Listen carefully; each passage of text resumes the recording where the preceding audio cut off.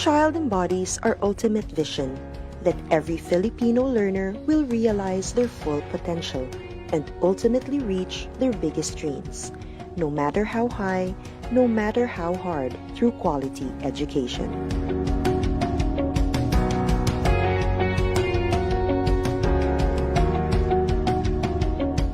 And as our learners aim to soar, we must continue to elevate our goals.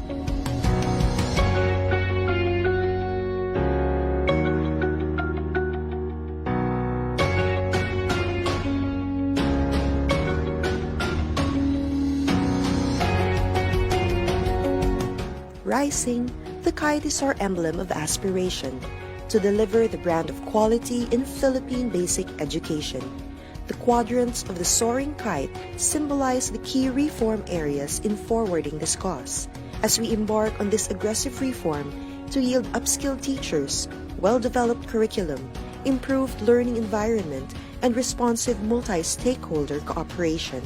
Using the colors of our flag, the logo symbolizes our unity and serves as a reminder that it takes a nation to educate a child. Together, we as a nation will have to move forward and gain more momentum so that our vision of quality basic education for all shall take flight.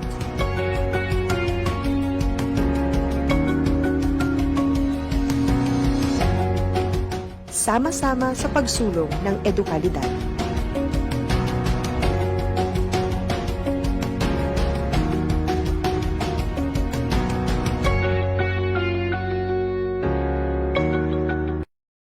Well, hello, Mrs. Morgan. Remember how hard it was to get your students' attention?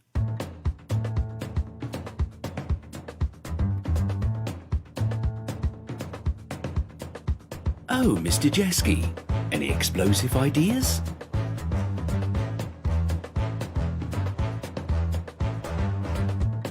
And you, Mr. Fisher, the world keeps turning, right?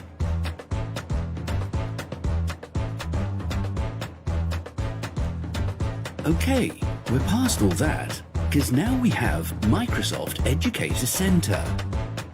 Trainings, courses, webinars, programs, badges, points, certificates.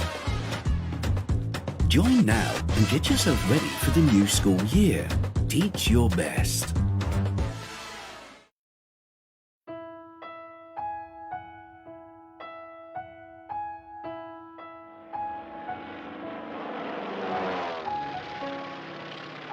Nang sumiklab ang giyera sa Marawi, maraming buhay at kabuhayan ang nawala.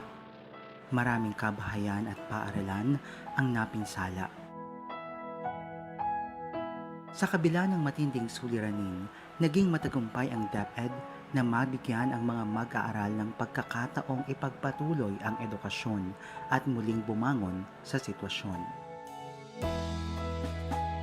Habang naghihintay sa pagkumpuni at pagsasaayos ng mga paaralan, nagkaloob ang DepEd ng mga temporary learning shelters, remedial classes, learning kits, at feeding programs para sa mga displaced learners.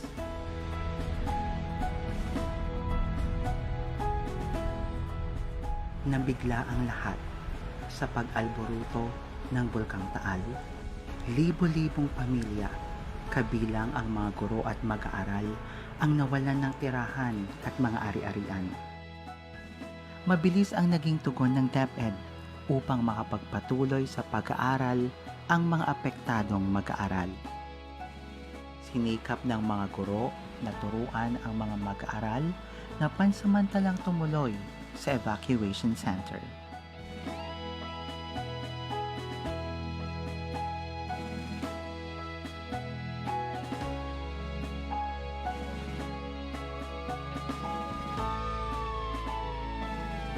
Tumama sa bansa ang COVID-19 pandemic, dahilan upang maantala ang normal na daloy ng pamumuhay at trabaho sa lahat ng sektor, kabilang na ang kagawaran ng edukasyon.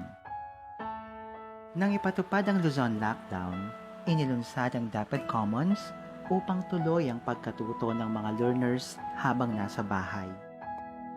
Sa kabila ng mabigat na hamon sa ilalim ng new normal, patuloy na nagpunyagi ang DepEd upang maghanap at maghatid ng mga alternatibong pamamaraan upang magpatuloy ang edukasyon sa pinakaligtas at pinakaangkop na paraan. Sa ilalim ng Learning Continuity Plan, layunin ng DepEd na magpatuloy ang edukasyon nang hindi nakokompromiso ang kapakanan at kalusugan ng mga guro at mag-aaral. Isusulong ng DepEd ang tatlong pangunahing layunin: angkop na proteksyon, kaugnay ng mga health standards at safety protocols para sa ligtas na school year, patuloy na edukasyon sa pamamagitan ng blended learning, distance learning at homeschooling na angkop sa kapasidad ng bawat mag-aaral, at mabisang aksyon sa pakikipagtulungan sa lokal na pamahalaan at mga partner organizations upang maihatid ang dekalidad na edukasyon para sa lahat. Bawat DepEd Division ay bumuo rin ng sarili nilang Learning Continuity Plan upang gabayan ang mga guro, mga magulang at mga mag-aaral sa bagong pamamaraan ng pag-aaral gamit ang online, modular at TV and radio-based instructions. Gamit ang iba't ibang learning modalities, nagdaos ng dry run ang mga paaralan sa iba't ibang bahagi ng bansa, katuwang ang mga local government units at mga education partners upang maging handa sa bagong sistema ng edukasyon. Isinagawa rin ang mga pagsasanay at oryentasyon sa mga magulang upang maging epektibong katuwang sa pag-aaral ng kanilang mga anak. Sa anumang hamon o sitwasyon, handa ang DepEd. Handang kumilos, handang tumugon, at handang magserbisyo. Ang dami ng mga pagsusubok at challenges ang naharap at napagtagumpayan ng ating Department of Education. Tuwing may pagsusubok, priority palagi natin ang ating learners at ang ating mga teachers sa tulong ng parents at saka partners at ang buong bansa. Ngayon, sa hinaharap natin itong new normal na sinasabi nila, matatag ang ating kagawaran, matatag ang DepEd dahil pinagtibay na tayo ng panahon. Kayang-kaya natin ito sa tulong ninyo.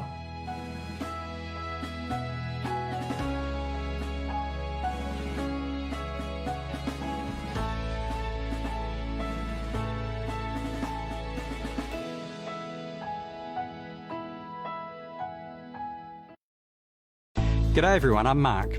As a teacher and a former principal, I know that professional learning often comes at the end of a very long day. But there are exciting, less structured ways to be in the driver's seat of your own lifelong learning. A great place to start is by engaging with our Microsoft Innovative Educator, or MIE, community. This global community is big, in fact it's enormous. Our MIEs love connecting. Monthly tweet meets are global gatherings of inspiring educators around big topics, and their Facebook group acts as a persistent home for discussions and shared activities. Another way teachers are learning within communities is through Microsoft Teams. Now, greater teacher collaboration improves teaching across schools, and Teams is the ultimate platform for a professional learning community.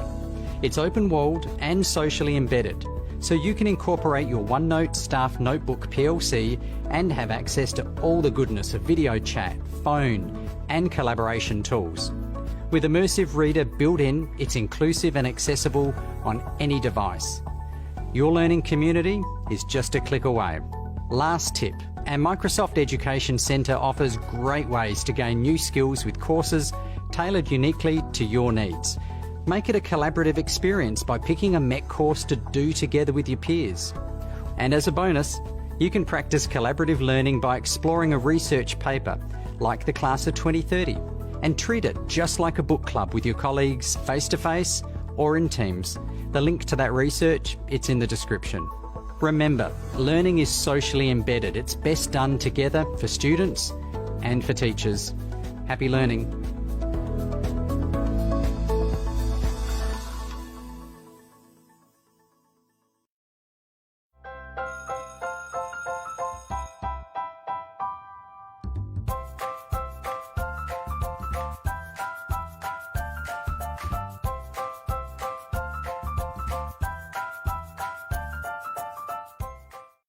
year 2020 brought new beginnings for the Department of Education. Ready to pivot towards attaining quality education, DepEd was hopeful of the challenges ahead of it. But as DepEd continued to work on its commitment, the world suddenly faced a steeper dilemma.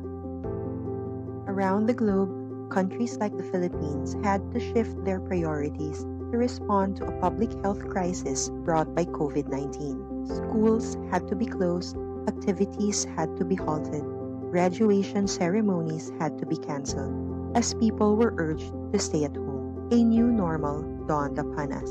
As soon as DepEd realized the impact of these disruptions in education, it began to proactively craft its learning continuity plan last April to ensure that learning opportunities will still be available.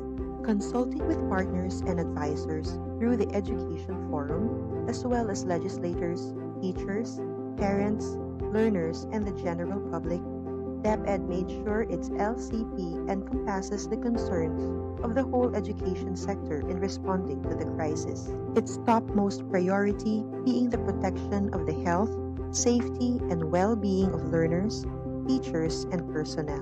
To make informed decisions, DepEd first analyzed relevant data and epidemiological picture for the incoming school year. DepEd also issued guidelines on its required health standards to be adopted in all public and private schools and DepEd offices following DOH and IATF protocols.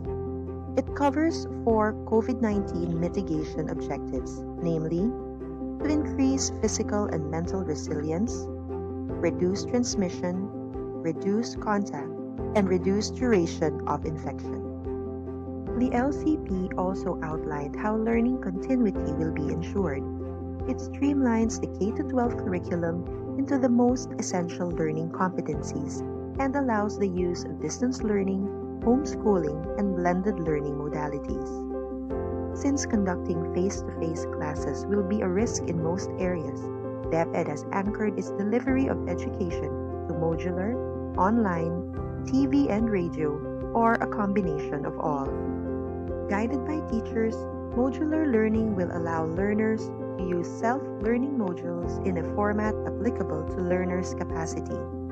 In online distance learning, teachers will facilitate and engage learners' participation through the internet, whether synchronous or asynchronous. TV and radio-based instructions, on the other hand, are converted lessons fit for the broadcast medium. The LCP assures that all our learners, including our SPED, ALS, Madrasa students, can still access education even within the confines of their homes, and ensures that their household capacity will not hinder their right to education. To make this possible, our joint Brigada Eskwela and Oplan Balik Eskwela is assisting the preparations for the rollout of the LCP. On May 8, the LCP was approved by the IATF. The President also gave it his full support and expressed his commitment to meeting the financial demands of its execution. The implementation of the LCP will not be easy. It is not a perfect plan, and complications can be expected along the way.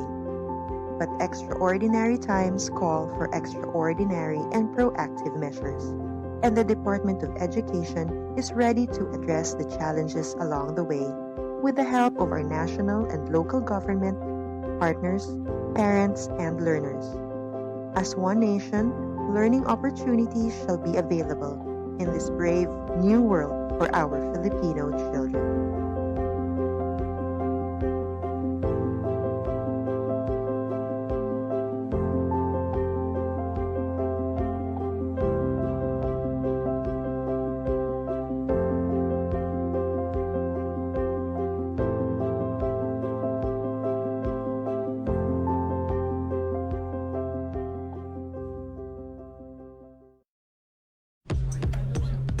When you need the focus to be on you and not whatever that guy's doing, open Teams.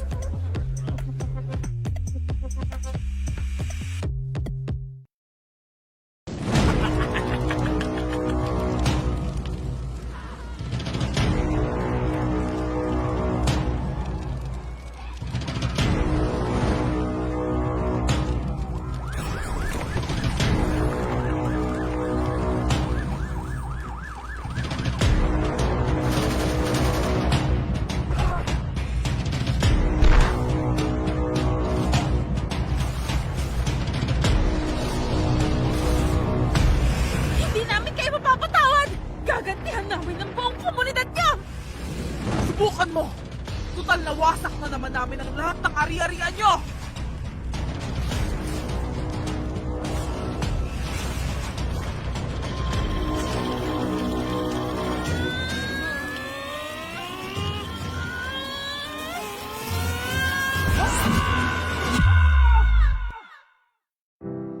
Sa totoong buhay, totoo ang pinsala ng giyera. Mula noon hanggang ngayon. Para limitahan ang kalupitan ng giyera, nagkaisa ang mga bansa 70 taon na ang nakalipas upang itaguyod ang Geneva Conventions. Ang Geneva Conventions ay kinikilala ng buong mundo bilang bahagi ng international humanitarian law na nagtatakda ng mga patakaran ng giyera o the rules of war. Ayon dito, huwag gawing target ang mga sibilyan at kanilang mga ari-arian. Tratuhin sa makataong paraan ang mga nabilanggo at protektahan ang mga doktor, nurse at mga ospital para paglingkuran ang mga sugatan at may sakit saan man panig sila nagmula. Alamin ang Geneva Conventions. Bisitahin ang www.therulesofwar.org.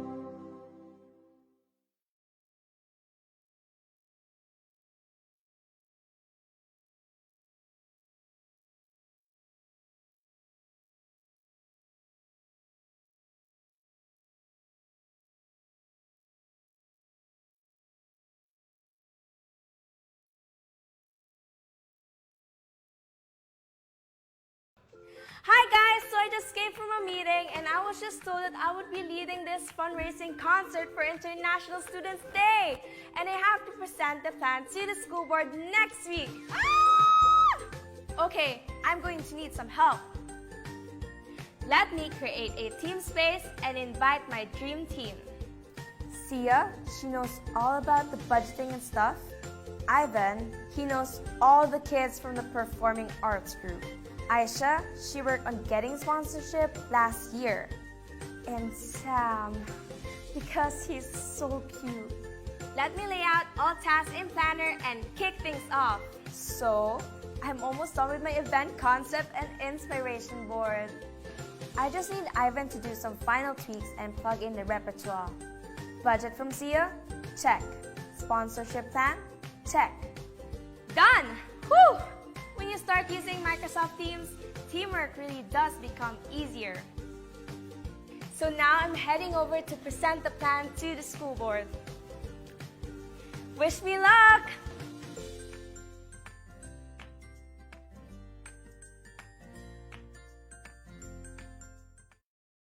De Luna, Present! Herrera, Present! Valera. Present! Handa ba tayo sa school year 2020? Present! Ngayong taon, ang edukasyon tuloy pa rin. Sa tulong ng DepEd, mga guro at mga magulang, ang handang isip, handa bukas. Tuloy-tuloy ang pag-aaral. May mga modules para sa iba't ibang antas. Sa government TV, maging sa radyo. Mahalagang ligtas ang ating mga estudyante at guro. Kaya kahit nasa bahay, tuloy ang edukasyon. Kung tulong-tulong, may paraan, may aralan. Handang isip, handa bukas. Bisitahin ang DepEd Philippines sa Facebook at ang deped.gov.ph.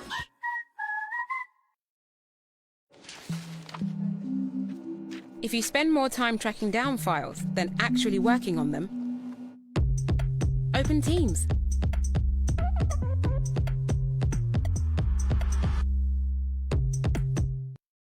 Handa ka na bang magpabakuna? Narito ang mga paalala at hakbang na gagawin sa proseso ng pagbabakuna. Bago ang pagbabakuna, kinakailangan mo nang dumaan sa pre-vaccination screening. Kinakailangan kumuha muna ng medical clearance sa doktor ang mga kabilang sa special population tulad ng mga sumusunod. May autoimmune disease, may cancer, may HIV, sumasailalim sa transplant operation, kasalukuyang umiinom ng steroids, mga pasyenteng may taning na ang buhay dahil sa karamdaman o nakaratay na lang sa kama o bahay. Kapag ikaw ay nabigyan na ng medical clearance mula sa iyong doktor, narito ang mga dapat gawin bago ang araw ng iyong pagbabakuna. 1. Humingi ng schedule at lugar kung saan ka magpapabakuna sa iyong pinakamalapit na barangay health center. 2. Huwag kalimutan dali ng iyong government ID, proof of comorbidity o medical clearance, pati na ang face mask, face shield at hand sanitizer. Sa araw ng pagbabakuna, narito ang mga steps na dapat sundin. Step 1. Waiting area. Siguraduhin kayo ay pumunta sa tamang oras at petsa ng inyong schedule sa pagbabakuna. Hindi papayagan ng mga walk-in sa vaccination sites. Maupo sa bakanting upuan alinsunod sa tamang pagkakasunod na bilang. Hintayin na tawagin kayo para sa susunod na hakbang. Habang nag-aantay, sumunod sa minimum public health standards. Isuot ang face mask at face shield, sundin ang proper physical distancing at ugaliing maghugas at isanitize ang kamay. Step 2. Registration. Sundin ang mga patakaran ng inyong LGU o vaccination site sa pag-register at ipakita ang inyong government ID. Bibigyan kayo ng kopya ng informed consent form, health screening form at mga pamphlet tungkol sa bakuna na pwede ninyong basahin. Hintayin na matapos ang proseso ng registration bago pumunta sa susunod na hakbang. Step 3. Screening. Kayo ay isa sa ilalim sa health screening at tatanungin tungkol sa inyong kalusugan tulad ng history of COVID-19 exposure, history of vaccination, mga gamot na iniinom, kung may allergies at iba pa. Ito ay para makasiguro kung angkop para sa inyo ang magpabakuna sa kasalukuyan. Step 4. Health education. Makinig sa ibabahaging importanteng impormasyon tungkol sa pagbabakuna para sa COVID-19. Kung mayroon pa kayong ibang katanungan, sumangguni sa ating mga vaccination staff. Siguraduhin na pirmahan ang consent form na pumapayag kayong magpabakuna bago pumunta sa susunod na hakbang. Step 5. Vaccine administration. Ito ang panahon kung saan kayo ay babakunahan sa loob ng 1 o 2 minuto. Huwag kalimutan na kunin ang inyong vaccination card pagkatapos matanggap ang bakuna. Step 6. Observation. Alinsunod sa Department of Health, ang lahat na magpapabakuna ay kailangan manatili sa pasilidad ng 15 hanggang 30 minuto para obserbahan kung may hindi magandang nararamdaman. Ang ating medical staff ay nakatutok sa inyo para ma-monitor ang inyong kalusugan. Bibigyan kayo ng mga pangalan ng health facility o hotline kung saan pwedeng pumunta kung kinakailangan sumangguni dahil sa side effects ng bakuna. Pagkatapos ng pagbabakuna, huwag kalimutang gawin ang mga sumusunod.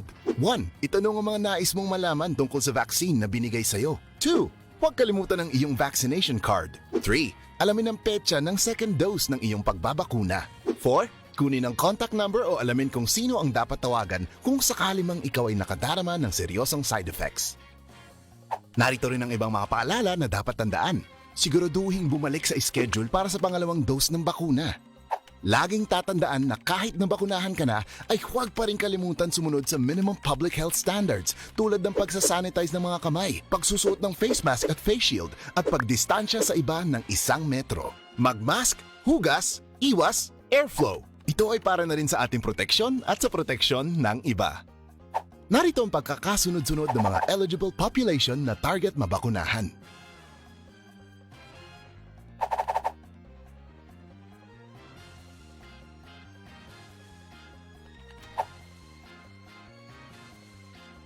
Para sa karagdagang impormasyon, bisitahin ang mga sumusunod na pages. Facebook, Official DOH Gov. Twitter, @DOHGovPH. Website, doh.gov.ph. Tara na sa Bida Vaccination!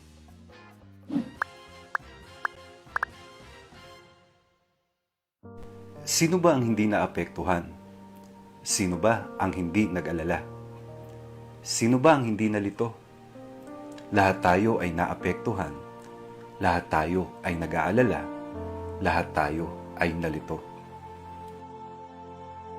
Dahil binago ng pandemyang dulot ng COVID-19, ang paraan ng pamumuhay ng lahat ng mga Pilipino saan mang sektor ka nabibilang.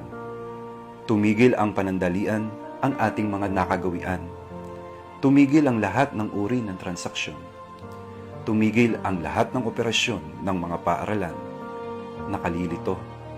Nakakaba. Paano na ang kinabukasan ng mga kabataan? Paano na tayo sa hinaharap?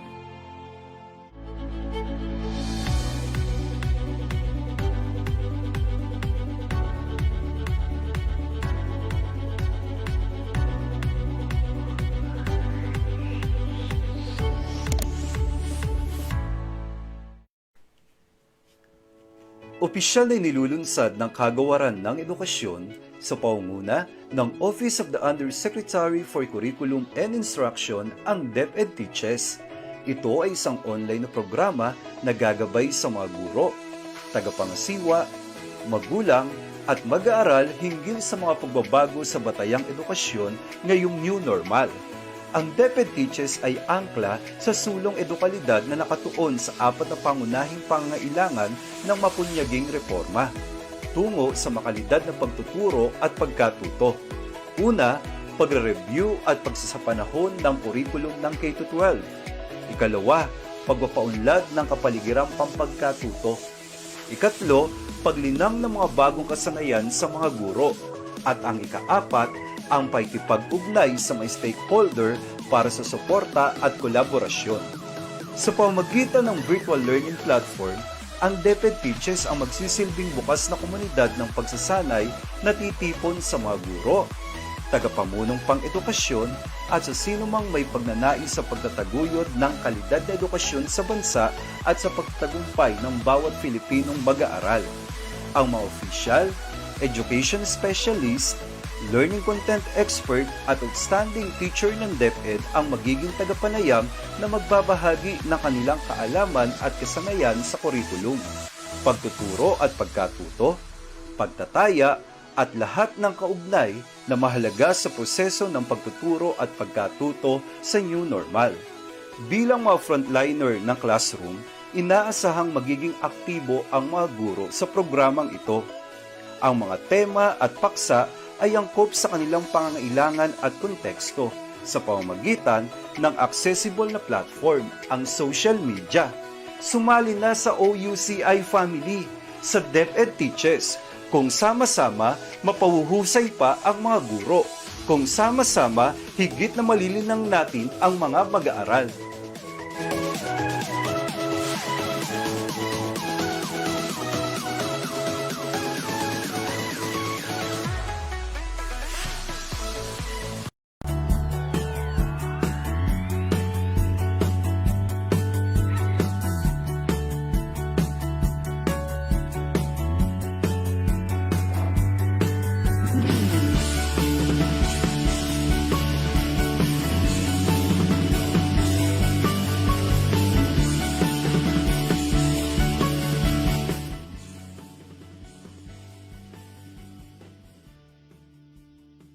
Welcome everyone to DepEd Teaches, the show that brings you a weekly dose of short yet powerful and meaningful professional learning experience.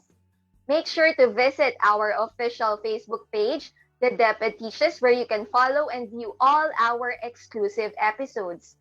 While you're on that page, if you found value in this show, we would appreciate a positive review rating of DepEd Teaches Facebook page, or if you'd simply tell a friend about the show, that would help us out too. And it's great to see you also, our loyal viewers in other media platforms, where DepEd Teaches is simulcast live on DepEd Philippines Facebook page, DepEd Tayo, and DepEd YouTube channel. Today is our 20th episode under the theme, Instructional Planning, Delivery, and Assessment.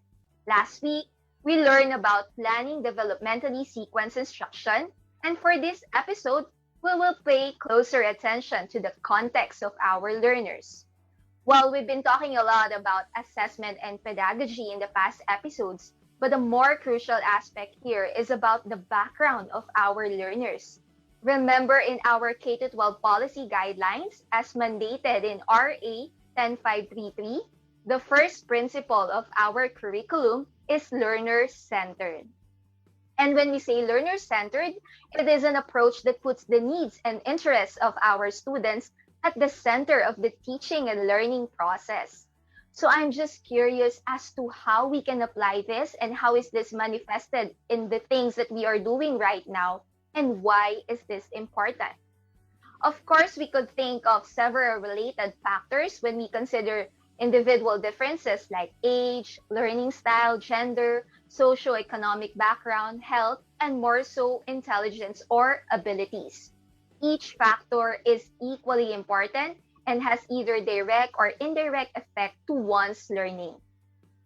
But I guess the best person to explain further how we can understand the dynamics given these several factors of teaching learners from diverse backgrounds is none other than our esteemed resource speaker today. But before that, let's play a game while we are still waiting for others to join us. So this is another vocabulary activity. We've been doing this in the past episodes. So here's the mechanics. We will show you a statement. It could be a proverb, an idiom, or a popular saying, and you must complete this based on the context clue. Basically, the statements, of course, are related to our topic today. So you are given 30 seconds each.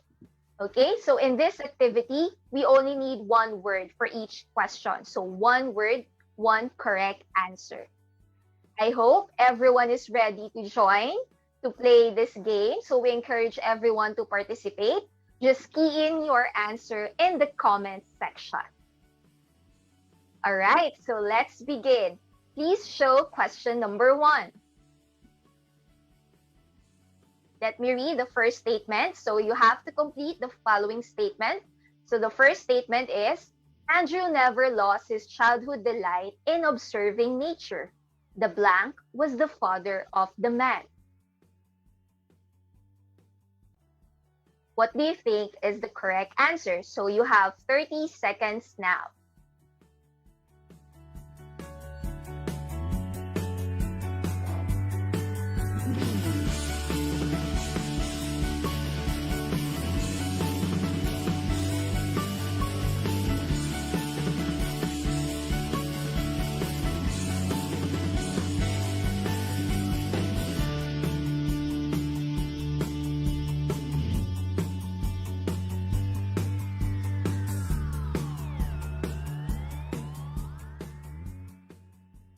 Alright, so let's reveal the answer. Any guess to our viewers? So the answer is, Andrew never lost his childhood delight in observing nature. The child was the father of the man. So the correct answer is the child is the father of the man, which means people's personalities form in the early years of their lives. So a person may have the same qualities as an adult that he or she had as a child. So this line, a child is the father of the man, is taken from the poem My Heart Leaps Up from William Wordsworth. Okay, so we hope you got it correctly. So let's proceed to the second question. Okay. After failing the quarterly assessment, my parents were very upset that they took away my phone. And so I have decided to improve my study habits, for a burnt blank dreads the fire. Timer starts now.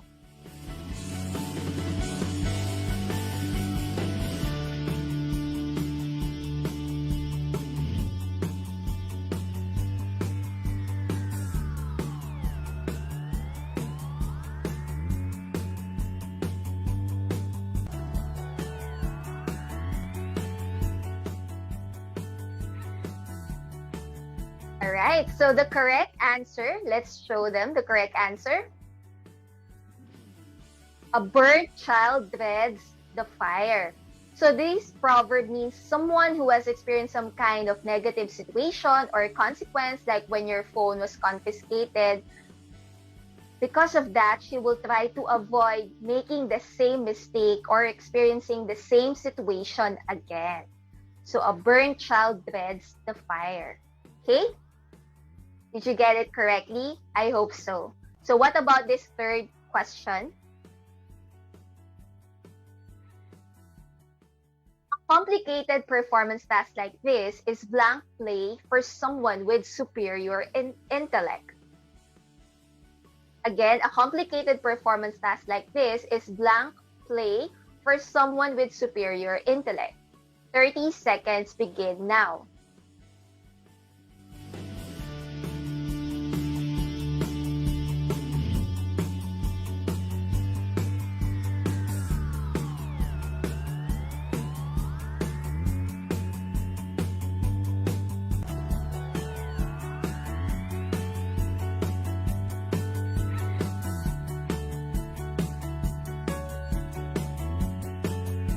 Alright, so let's reveal the correct answer.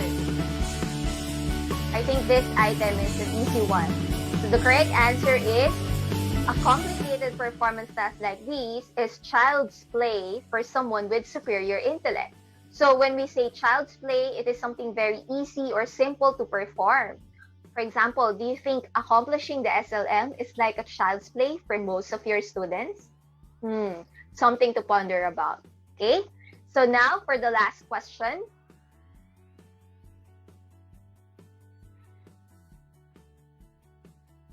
Alright, so teaching children is not an easy task, for there must be collaboration among family, school, and community.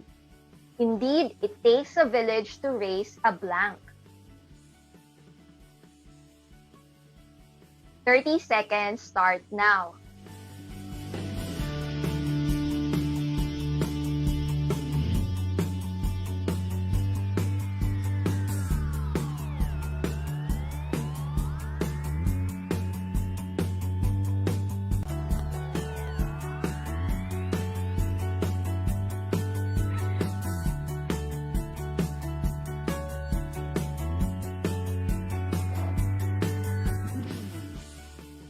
Right? So the correct answer, this one is a familiar saying. We've heard this, okay?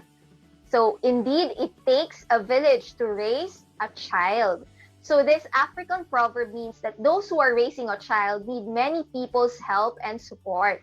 It is not the sole responsibility of the parent or the teacher to teach the youth, but it is everyone's concern, everyone's business.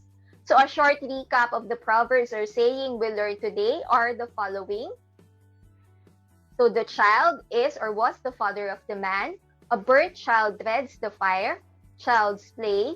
It takes a village to raise a child. Notice the common word in the following lines is the word child.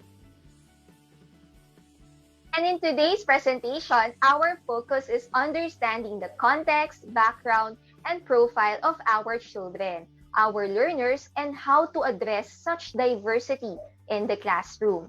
Without further ado, let us meet our resource speaker.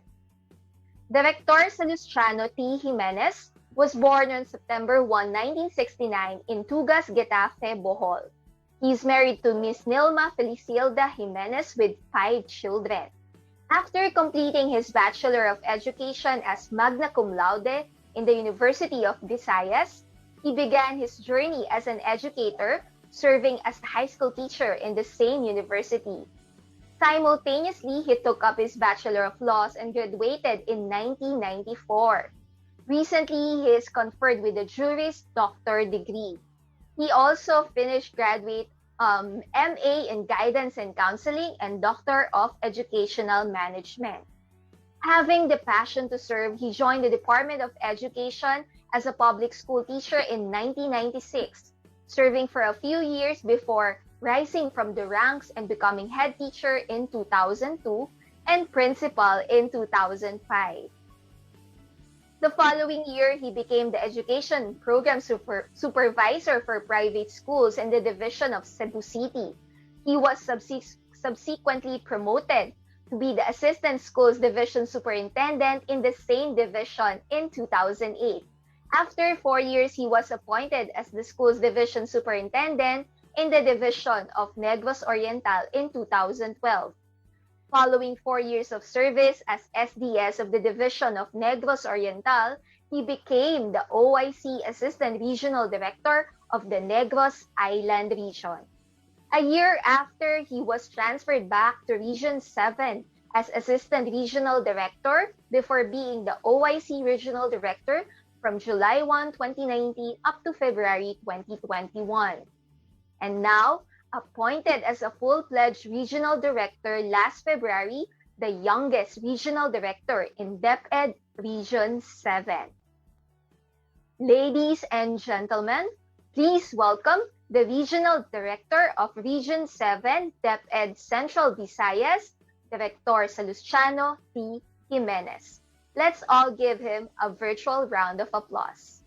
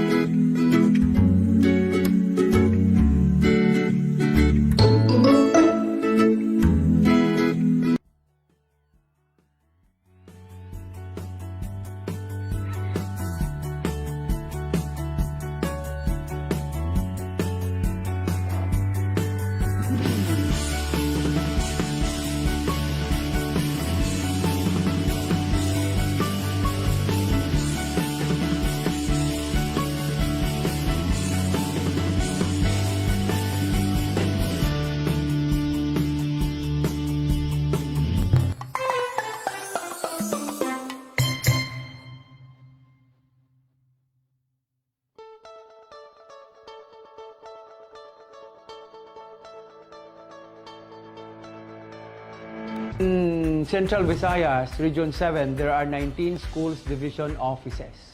Namely, Bai City, Bayawan City, Bugos City, Bohol Province, Karkar City, Cebu City, Cebu Province, Naga City, Danao City, Dumaguete City, Gihulngan City, Lapu-Lapu City, Mandaue City, Negros Oriental Province, Siquijor Province, Tagbilaran City, Tanhay City, Talisay City, and Toledo City.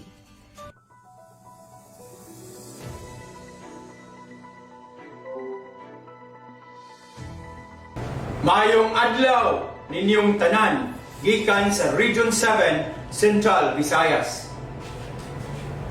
I would like to take this opportunity to thank Department of Education Philippines or DepEd Philippines team for the opportunity as resource speaker of episode 28, Understanding the Dynamics of Teaching Learners from Diverse Backgrounds. Likewise, greetings to our beloved Secretary Leonor Magiling Magtulis Briones, the Undersecretaries, Assistant Secretaries, Bureau Directors, Co-Regional Directors, beloved colleagues and teachers, viewers and friends. Today, we are being challenged in this pandemic. Nobody is spared for its effect. The DepEd is in the direction of moving heaven and earth to make sure that education must continue amidst crisis, as what our dear Secretary Leonor Magtulis Briones emphasized. We have been adopting and implementing several strategies that suit the call of times. The good thing is, all of us who are part of the Department of Education family is one force, each one put its piece in the puzzle to come up with an amazing whole. So today, we will be tackling and understanding the dynamics of teaching learners from diverse backgrounds. The big question is how to teach learners with different learning abilities. The question is how to teach learners with different learning abilities.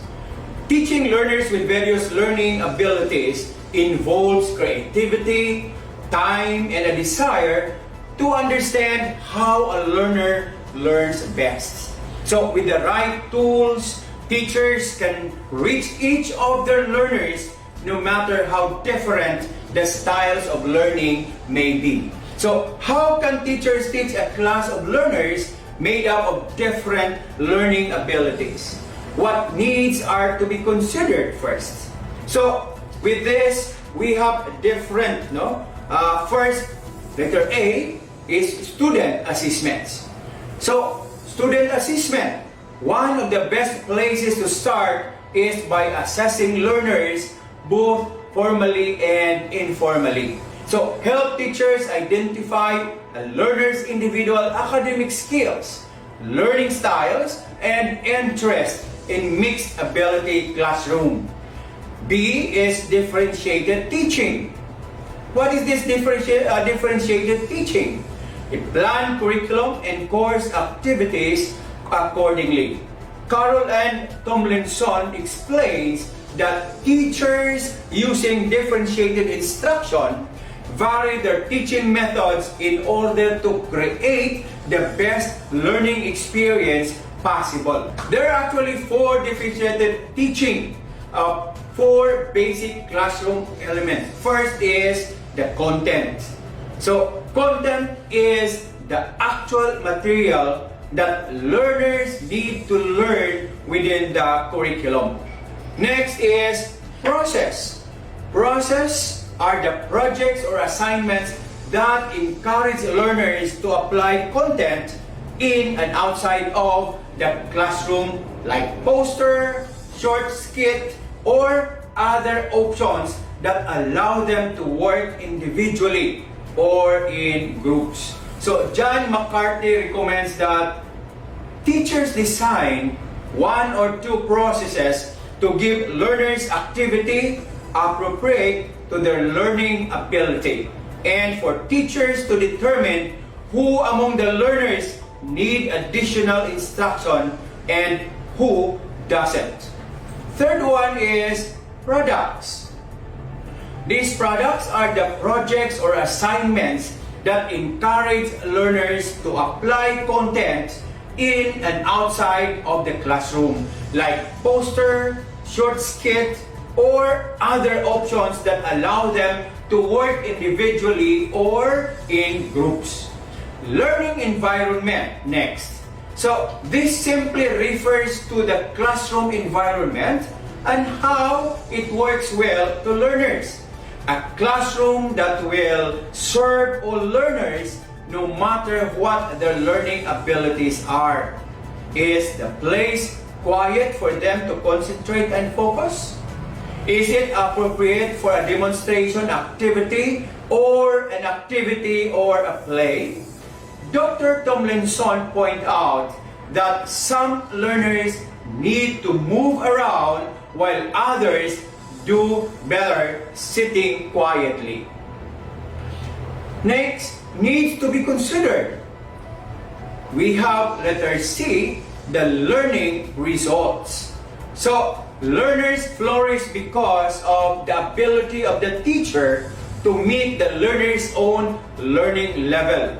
So, the class works as one, as no particular learner is singled out or left to catch up on his or her own. So, learners with disabilities, gifted and talented learners are now integrated into the general education classrooms, making teaching more interesting and exciting as well as more complex. So this is oftentimes referred to as inclusion.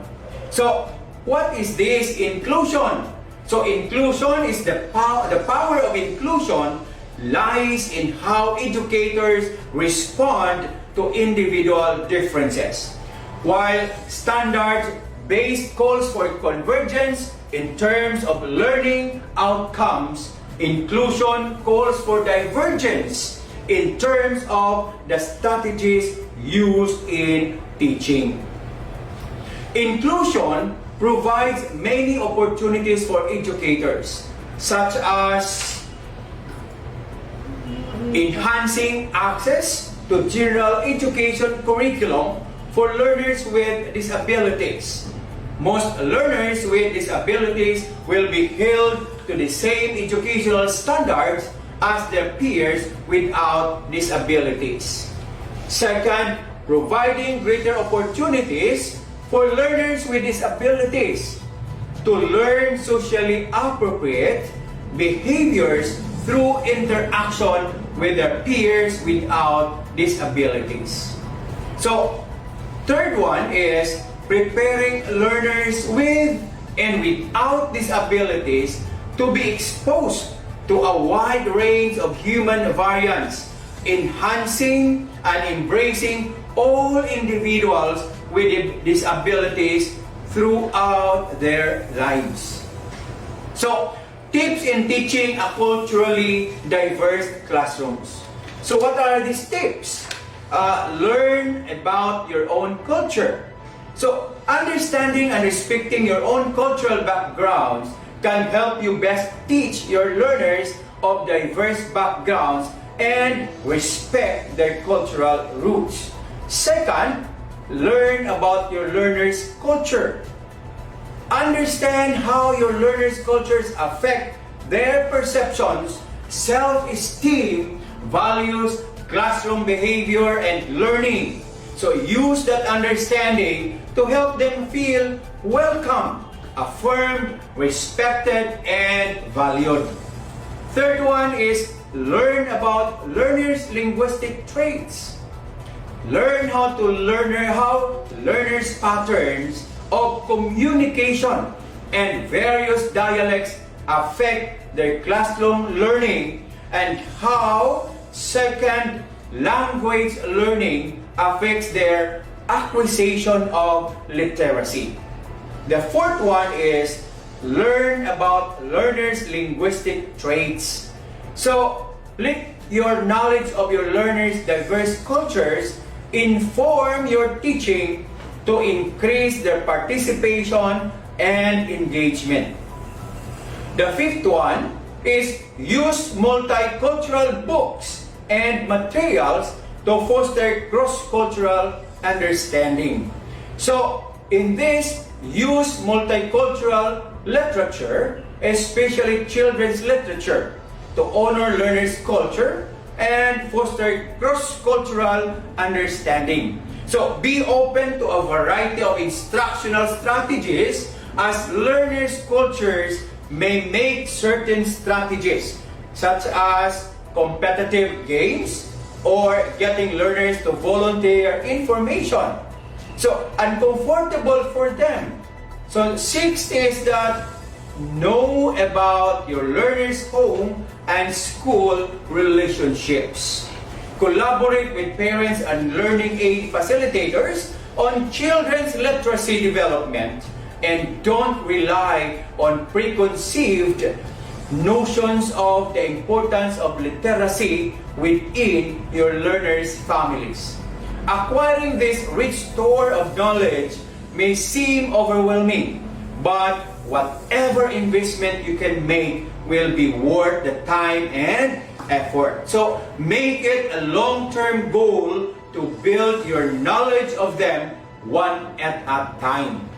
So at the very least, notice how your learners with diverse backgrounds react differently to various language and literacy teaching strategies, and be willing to modify your approach to find mutual success. So, next is that cultural diversity opportunities. So, what are these cultural diversity opportunities? So, provides opportunities for all learners to learn from other learners who are different. Cultural diversity gives learners a chance to learn about different languages, customs, and worldviews. Reduces also ignorance that comes from lack of exposure. Also provides opportunities for all learners to develop important skills in cross-cultural competence. Further, prepares learners to interact with diverse individuals in their school experiences better as they become adults in the workplace. So, another is that the classroom is a dynamic environment, bringing together learners from different backgrounds with various abilities and personalities. Also, being an effective teacher, therefore, requires the implementation of creative and innovative teaching strategies in order to meet learners' individual needs.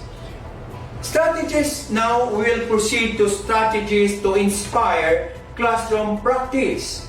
So as a teacher, there is no one-size-fits-all solution.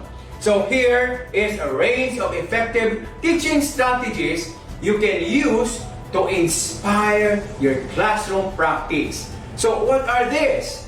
One is visualization. We have visualization, of course, visuals. Then cooperative learning. So about cooperation.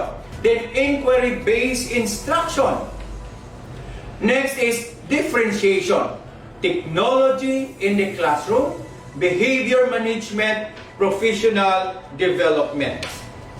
So, in visualization, it brings down academic concepts to life with visual and practical learning experiences, helping your learners to understand how their schooling applies in the real world. Examples include using the interactive whiteboard to display photos and videos, allowing them to move through classroom experiments and local field trips.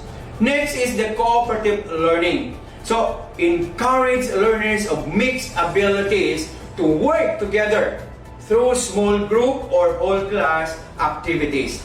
also expressing their ideas and responding to others will help them develop their self-confidence as well as enhance their communication and critical thinking skills, which are vital throughout life. Examples include solving mathematical puzzles, conducting scientific experiments, and short play to incorporate cooperative learning in classroom activities.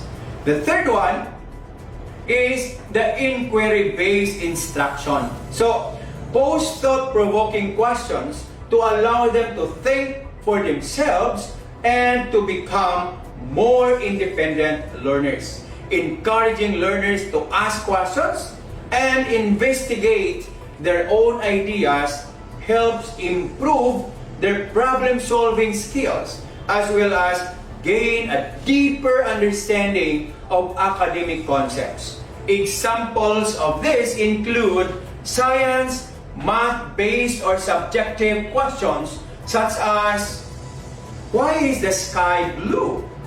Or is the sum of two odd numbers always an even number? Or do poems have to rhyme? Or should all learners wear uniform? So, next is the differentiation. So, differentiate your teaching by allocating tasks based on learners' abilities or unique learning needs, fast and slow learners, to ensure no one is left behind. Examples on this include worksheets that vary in complexity to different groups of learners, or getting up a range of workstations around the classroom which contain an assortment of tasks for learners to choose from. And number 5 is technology in the classroom. It's really very important to have technology in the classroom. Incorporate technology in your teaching to actively engage your learners, especially as digital media surrounds young people in the 21st centuries. Examples of this include interactive whiteboards or mobile devices to display images and videos which help learners visualize new academic concepts, physically engage during lessons, and research ideas, making them more independent. Next, 6 is behavior management. Implement an effective behavior management strategy to gain learners' respect and ensure that they have an equal chance of reaching their full potential. So examples include fun and interactive reward scorecards for younger learners, where individuals move up or down based on behavior, with the top student receiving a prize at the end of the week, such as no homework as reward for the good behavior. Okay, so that's one. Then we'll proceed now to the 7th, strategy to inspire classroom practice, and that is professional development. So engage in classroom professional development programs to enhance teaching and learning in your classroom. So being an effective teacher is a challenge because every learner is unique. However, by using a combination of teaching strategies, you can address learners' varying learning styles and academic capabilities, as well as make your classroom a dynamic and motivational environment for learners. Examples on this include sessions about new educational technologies, online safety training, new teaching strategies, and more. There was that study in 2003. Now, Andrea Honingsfield and Rita Dawn in the Journal of Educational Research concluded that there are observable gender-based patterns Now, patterns of differences in learning styles between males and females. So this implies that teachers need to choose teaching strategies that consider differences in learning styles in order to maximize instructional outcomes. So actually there are 4 learning style differences between males and females. Now this one for the boys, more visual and spatial, while for the girls, more auditory. For boys, kinesthetic and tactual learners, while for girls, fine with lecture style learning.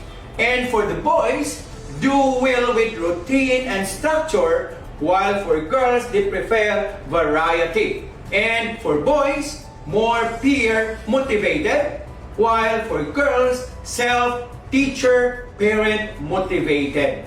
So, we also have these teaching strategies and gender differences, the current movements in education. So, what are these? We have the standards-based reform, inclusion, education for diversity.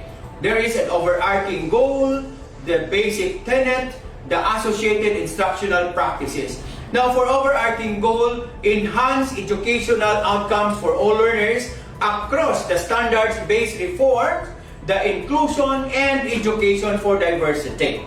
While for the basic tenet, in standard-based reform, educational outcomes can be enhanced by setting rigorous standards, teaching to those standards, and assessing progress towards accomplishing those standards. While in inclusion, educational outcomes can be enhanced by maximizing opportunities for learners with or without disabilities to be educated together. While in education for diversity, educational outcomes can be enhanced by embracing student diversity. In associated instructional practices, in the standard-based reform, curriculum is aligned with standards, uses large-scale assessments. While in inclusion, it's differentiated instruction and universal design. However, in education for diversity, it is a multicultural education and a sheltered instruction. So, this one still, in the 4 learning style differences between males and females. So, I already had given you all about how we can understand the dynamics of teaching learners from diverse backgrounds. Okay, so we're done with our sharing, our presentation. So to sum it up, so remember how to teach learners with different learning abilities and what are the 3 things or important things needed to consider. So first is the student assessments, second is differentiated learning, and third one is learning results. So with that, I hope you get some insights out from our presentation today, and good luck for all of us.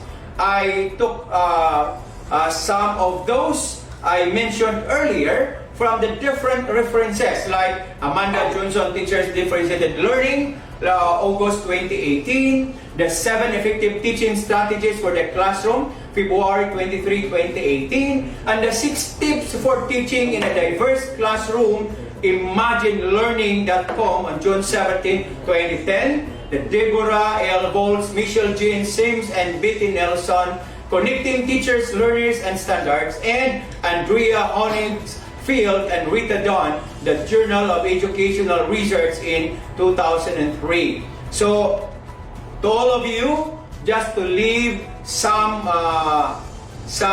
quote to ponder on.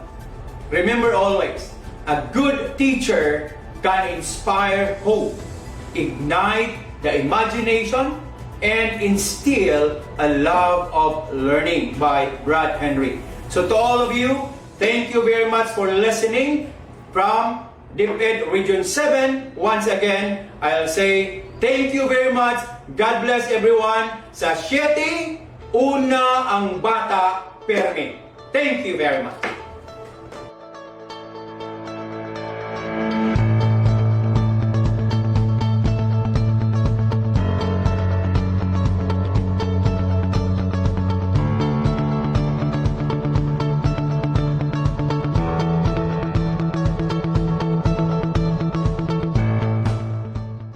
We love, we serve, with the heart and the smile.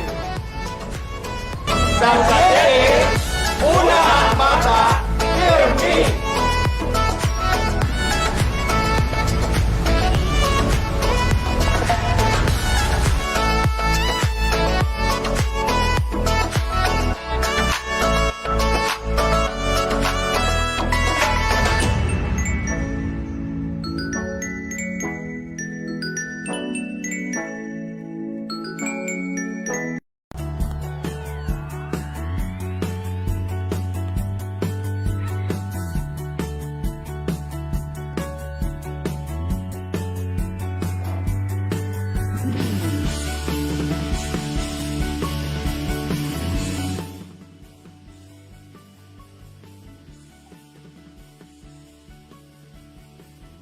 Thank you so much, Director Salustiano Jimenez. It was a very informative discussion about the critical points you raised and understanding the nature of the child and its significance in improving the instruction, just like the application of differentiated teaching.